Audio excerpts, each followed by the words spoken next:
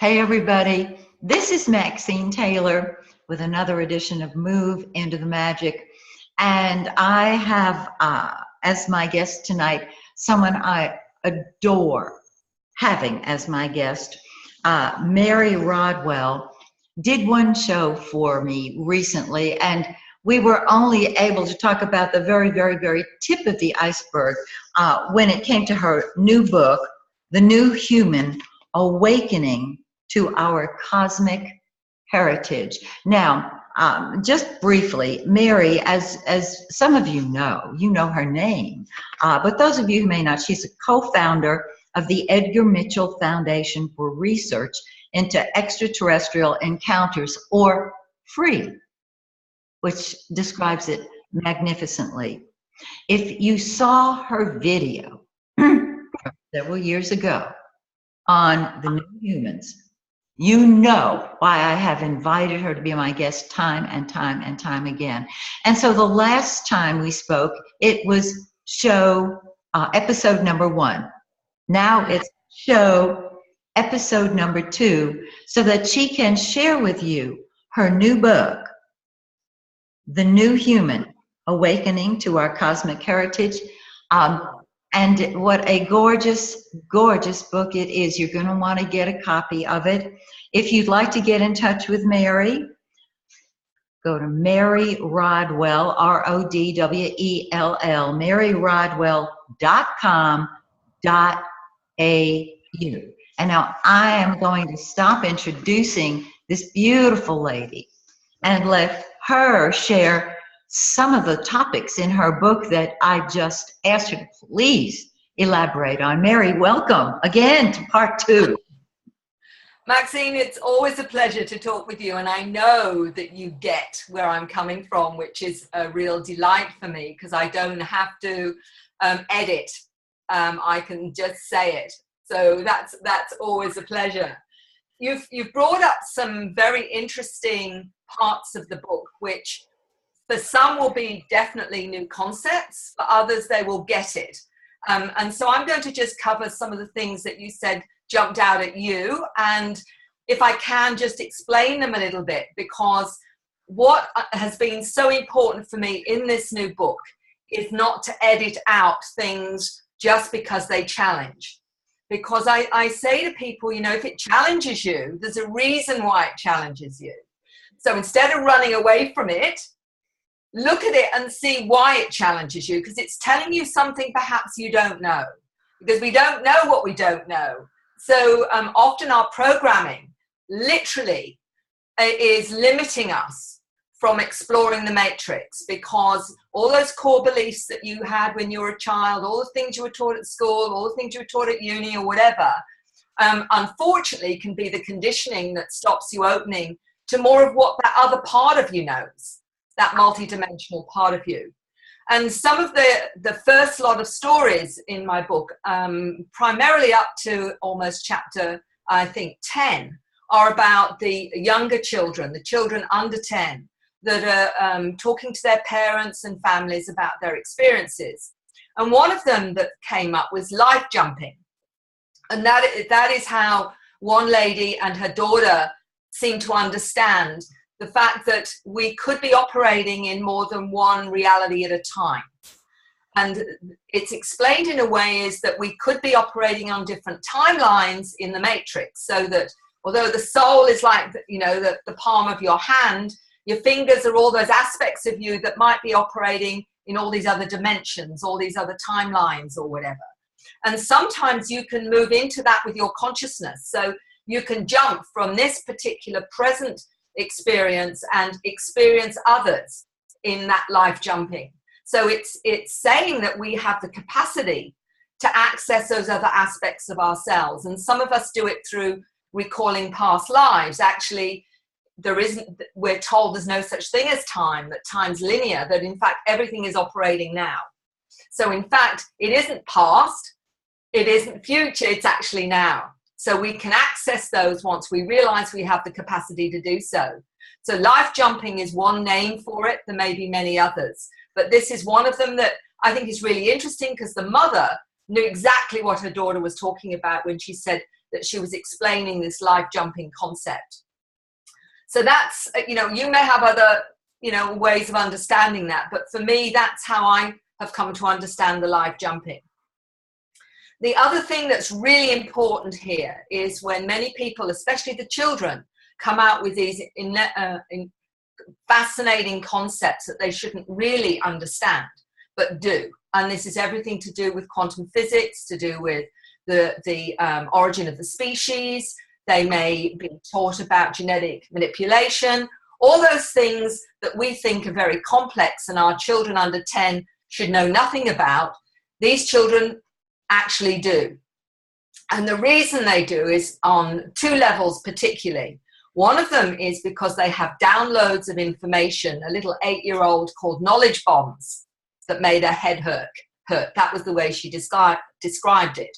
So one is that they're downloaded to you. I mean, some of us experience these sense of inspiration, this sense of a vision of something. These are all can be interpreted as downloads. There are many people that said, I didn't know anything about that subject, but all of a sudden I knew all there was to know about it, and I have no idea how.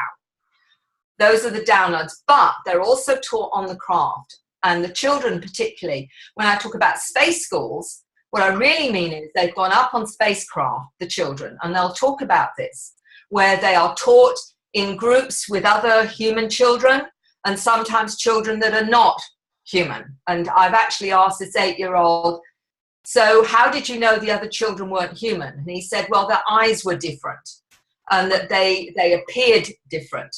And then they would talk about who taught them, and often it would be one of the beings, and they would describe the beings. And I had a wonderful description of one of the beings by an 8-year-old, where she drew the being with strange hair, and she was saying she's part special friend, where it described her energy as different, and was being taken to Mars, being shown the domes on Mars, being told that there are beings under the surface of Mars. And also, she said, and taught magic things, like about space and time. So what she called magic was really what we would call advanced physics. So she was explaining that's how she understood it. Now, we have to understand when children are in this heightened state of awareness, we think of them, you know, learning ABC at 5 or 6 and this kind of thing. When they go up on the craft, their intelligence is, if you like, facilitated to operate on a far higher level. So, and it's really quite interesting, as one gentleman explained to me, it's almost like they assist our consciousness and our intelligence level to go to another level so that we can absorb these concepts. I mean, it was interesting to me, a gentleman many years ago wrote to me and said, it wasn't till I saw your presentations on space schools that I realized how I knew physics at the age of 3 or 4. He said, because I'd never heard of it before, but I knew about physics before I ever got to uni. I knew how it worked. I knew how things happened. And one of the other things interesting about this is one young girl telling me that she wanted to talk to me a few days after an experience, and her mother said, could you talk to her? She can't wait to tell you about being taken on a spacecraft with one of these beings to see a wormhole and a black hole, and explain that she was taken inside a black hole. She was seeing planets exploding and coming back together again. She was talking about the wormhole, where she was seeing things like a reality, so like dinosaurs and all these kinds of creatures in a kind of, not a virtual reality, but like it was real. So she was explaining, she was being shown all of this. Now, these are really deep concepts, and when you've got an 8-year-old explaining to you and drawing it and saying this is what she's shown, you know, even with the most imaginative child, you can't say that they normally start drawing wormholes and black holes and explaining what they're like inside and what have you. One of the 8-year-olds told me that she was taken to a planet where she was actually given lessons on how to levitate and also how to use her third eye. So she was being taught how to use a multidimensional self in that environment. So when we think we're doing the education down here of these children, what we're doing actually is a minute portion of what they're really being taught. And also, I'm going to add here, is some of the children are aware that they have in the human classroom their special friends, which one young lady called her fairy, and someone else talked about a little Zeta guy, a little black bald-headed guy we call the Zetas or the Greys. And they were saying to them in the classroom, don't take any notice of this because that's inaccurate, or we're giving them answers. So we've got those things going on with these new children that we have to understand, is how they know so much, how aware they are. That's without the fact that many of these children have memory from their past life, which is if they've had skills, such as the 9-year-old that told me that he was a light physicist in his past life on Orion, and explaining to me that they were dealing with time travel technology. Many of them have recall of what they were learning or knew from that lifetime. As another 16-year-old, I think in chapter 9 or 10, was telling me that he could build interstellar craft. And I asked him how he knew, and he said, well, that was on my lifetime on Mars. Actually, I built interstellar craft. So it wasn't a download. It wasn't being taught on the craft. This was a past life recall of his skills that he was bringing through. So there are all these levels of information that are coming in to the child on these multiple levels, teaching them more of what they don't know as humans in a 3D reality. So in other words, the space schools are just part of an educational, a many-tiered educational system that these children are experiencing. And that's why they are so informed and so aware. And we have to understand that as adults, that this is what our children are doing and learning. And that's without the fact that many of them are telepathic and they can go into someone's mind and pull out information as well. So they can actually, if they so choose, and many of them may shut down the track because they're not too keen on accessing all the other stuff that goes on in someone else's head, which may not be very nice. As a 13-year-old told me that what her teacher says and what her teacher thinks are two different things, and what a teacher thinks isn't very nice sometimes. So we have to be aware that they can pick up information from other sources, which includes telepathy as well. So these are the many, many levels that they may access information, and we need to be aware of that so that we can understand them. So that's, in essence, some of the education side. Now, the interesting thing too is that many of these children or parents or have been involved, it appears, with the military. And it never surprises me if I have someone contacting me and saying my father was in the military, Army, Navy, or Air Force, or whatever. And this is not just in America, of course, but also here in Australia and other places, Europe, England, or whatever. And we wonder why that is. Why is it that that people who've had experiences have also perhaps had military interactions as well? And you need to go into the conspiratorial side a little bit with this, and the truth embargo, where all this has been known for many, many years by the covert agencies that we talk about, you know, the black projects and all this kind of thing. And with that, there seems to be an understanding that some of those within the military have allowed their children to be involved in these programs because they want to know what the children know. So if the children are going up on spacecraft and interacting with the beings, learning things, these covert agencies want to know what it is. And so what they will do is that they will often take the children of those that have had experiences, particularly in the military and what have you, and they will actually try to, if you like, research what they're being taught, what is the agendas, all those kinds of things. And they are particularly targeting anyone who has had experiences because they also know that there are ways that they can isolate them as well. Sometimes it may very well be to do with something, their energy signature. It may be to of various other tests they can do to find out whether they're an experiencer.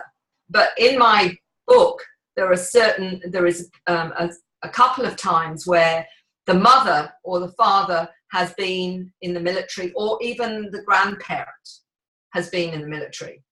And there is a whole level of interactions with these beings, with certain ones in the military, and possibly many, many thousands.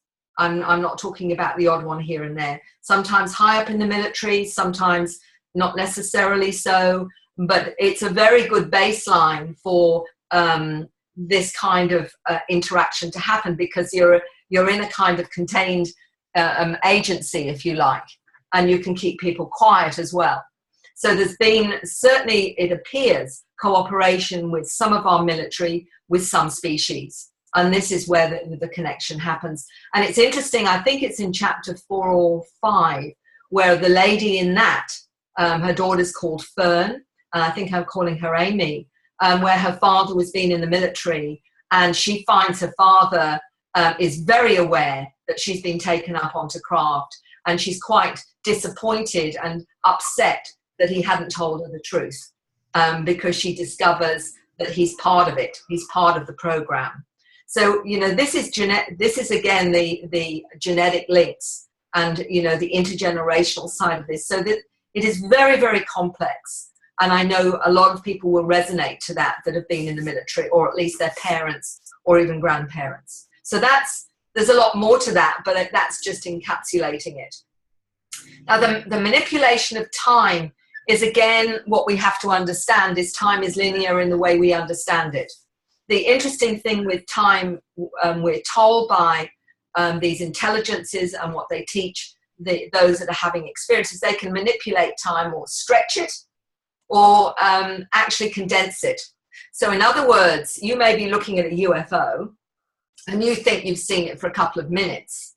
In fact, what could have happened is you've been picked up, you've had another download, or they had a communication with you, and then they'll put you back down again. You will have no memory of that. You won't even be aware that time has been manipulated. People can be switched off, and they may only have one person in that group that they want. So everyone else is put into stasis, literally. And the one person will be taken up, whatever needs to happen, if it's a procedure or if it's a download or whatever, and they'll be put back and everybody switched on again. It's like they can stop time. They can, and that's how it can be. Also, that if you're taken to another planet and you may be gone several days, in our time, you could be gone just for half an hour. But you could be gone a number of days, and you wouldn't be aware of that, because that's what they can actually do. So because they can use timelines, they can put you back in certain parts of a timeline, because they're able to manipulate that as well. So these are things that seem strange physics to us, but in the physics that they understand, that is all quite possible, just as we may very well be visited by time travelers.